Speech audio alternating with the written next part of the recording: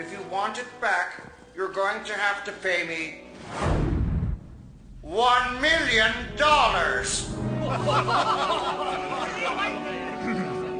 A lot has been made about Barcelona's financial situation over the last few weeks, and there are rightly a lot of questions about their current financial situation, from their transfer business to their contracts, and the salary cap that is going on in La Liga. I've scoured every corner of journalism, from The Athletic to ESPN and some podcasts, just to try and get a grasp of what is happening at Barcelona. And while there are a lot of things that are happening in different areas of the business and different areas of the club, I think if you break them down into digestible pieces, it gets a little bit easier to understand. Now, I am by trade a certified financial planner, so my job at the end of the day is to take very complicated financial topics and break them down into something that's easy to understand for all levels of financial and technical knowledge. This is a video about all of the different aspects of Barcelona's financial situation, broken down into small and digestible pieces. I'll let you know everything you need to know about the situation in an easy to understand way. Now, I think the most natural place to start with this situation is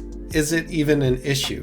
And the general answer is that it is. Yes, it absolutely is an issue for Barcelona. This is seemingly a huge issue, not just for the short-term health of Barcelona, their ability to register players for the upcoming seasons, but the long-term financial health of one of the most historic clubs in the world is genuinely in danger. Now, I'm not saying that in the next day or in the next year, Barcelona will fold, but we will get to the end of this video and you guys will understand that this is a dire situation that will have lasting impacts on this club. Whether Barcelona is able to salvage their financial situation in the short term, both of those options have critical long-term impacts to the financial health of this club. Now, the situation is critical and dire for Barcelona, not because of UEFA's financial fair play rules, but actually because of La Liga's specific financial fair play rules and auditing rules for all of the clubs in La Liga. La Liga does have its own set of financial fair play rules, and specifically, they have a salary cap that has been instituted over the last few years. La Liga clubs are required to go through multiple audits per year, and actually, in a sense, this is the most simple thing to understand because La Liga makes it black and white for these clubs. If you do not meet these requirements or if you fail these audits, then you are not able to register players for the upcoming season, even if you are able to buy their transfers and pay for them under UEFA's financial fair play. If you don't pass the audit, you're not able to register players until you're in compliance. It's very black and white,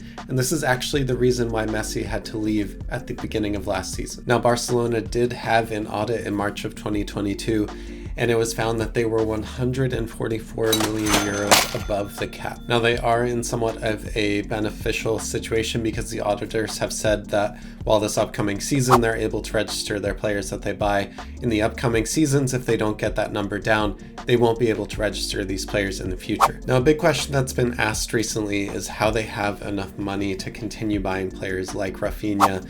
They signed Dembele to a contract extension. They're in for the transfer for Robert Lewandowski. Because they're so far over the cap, they are not able to spend $1 for every dollar that they save. The rules indicate that for every $3 that Barcelona shows that they can save and proves that they can save, they can only spend $1 of that on incoming players. So, because they're over the cap, they need to save $3 for every dollar that they spend. Once they get in compliance with the salary cap, then they can spend $1 for every dollar that they save, but not yet. What happens now that Barcelona is genuinely spending a lot of money in the transfer market and they're so far over the cap already? Well, we've seen a very real situation of the way that they're trying to find savings in other areas, and that is the supposed departure of Frenkie de Jong to Manchester United. Now, this has turned into somewhat of a crazy transfer saga, mostly because Frenkie de Jong doesn't want to leave Barcelona, and because Barcelona really needs him to leave, not just because they need the transfer fee from Manchester United, they also need to get Frenkie de Jong's salary off of their books. And because they need Frenkie de Jong to leave, they've resorted to such tactics as trying to ice him out or putting poor rumors in the press. Another way that they've tried to find savings is by asking players to take a deferred or reduced salary.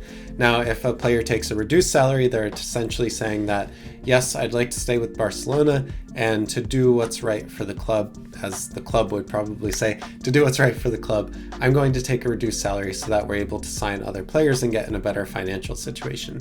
Now, if players take a deferred salary, all that means is that they're still going to be paid their agreed upon salary, just at a later date. This is the reason why players like Frankie de Jong are still owed that salary. Barcelona is committed to paying them. They legally have to pay them that salary. It's just coming at a later date. There is another piece to this puzzle for Barcelona, which has been called economic levers, or what people are calling the two levers that Barcelona can use. There are currently two levers that were voted on and agreed to by the socios, which are the voting bloc of Barcelona's fan base. The levers as agreed are sales to the future rights of Barcelona's TV, not including Champions League rights, and also the merchandising rights. Something else to consider is that Barcelona has signed a $70 million per year deal with Spotify for the naming rights to Camp Nou, now Spotify Camp Nou, and to be the kit sponsor. Now, these levers are what Barcelona is gambling on for their short-term success at the risk of giving up a lot of funds in the long term. These are loans that can last up to 25 years and are based on a percentage deal, not a fixed figure. Please keep that in mind, that this is a percentage of future earnings and not necessarily a fixed fee that Barcelona will use to pay it back. Barcelona have sold just under 50% of their TV rights to US company 6th Street, and they've gotten an injection of just over $200 million in the short term. The crux of this is that 6th Street, the loaner of the funds to Barcelona, now gets to recover their funds over 25 years. Now, because the loan that they agreed to is based on a percentage and not a fixed fee, the better that Barcelona does and the more value that they generate, the more that they have to pay back in this loan period. Yes, they may make more in total to save them from the brink of disaster, and at the same time, they won't be able to keep as much of it because of this deal. Now, the flip side of that coin is if Barcelona doesn't do well, if they don't go far in Champions League, if they lose even more of their fan base and need to leverage more of their assets, that is an absolutely nightmare scenario for the Catalan club. So are Barcelona in genuine trouble? Let's just be frank with it. They are not going to fold in the next year, but they're not quite out of the woods yet. This is a truly dangerous moment in Barcelona's history, because if they do well and generate value from their assets, they will need to pay their debtors more and keep less. And if they do poorly, they may not be able to sustain their transfer and contract power, which will lead to further debt and the inability to sign new players. You can see how that would be a deadly spiral if things don't go to plan from here on out. So that is what is happening at Barcelona, guys. I hope you learned something new. Drop a like so the YouTube algorithm can love this video and show it to more people. And if you want to see more videos about soccer business and financial fair play, you can watch this one about how Derby County broke the financial fair play rules. Hooray!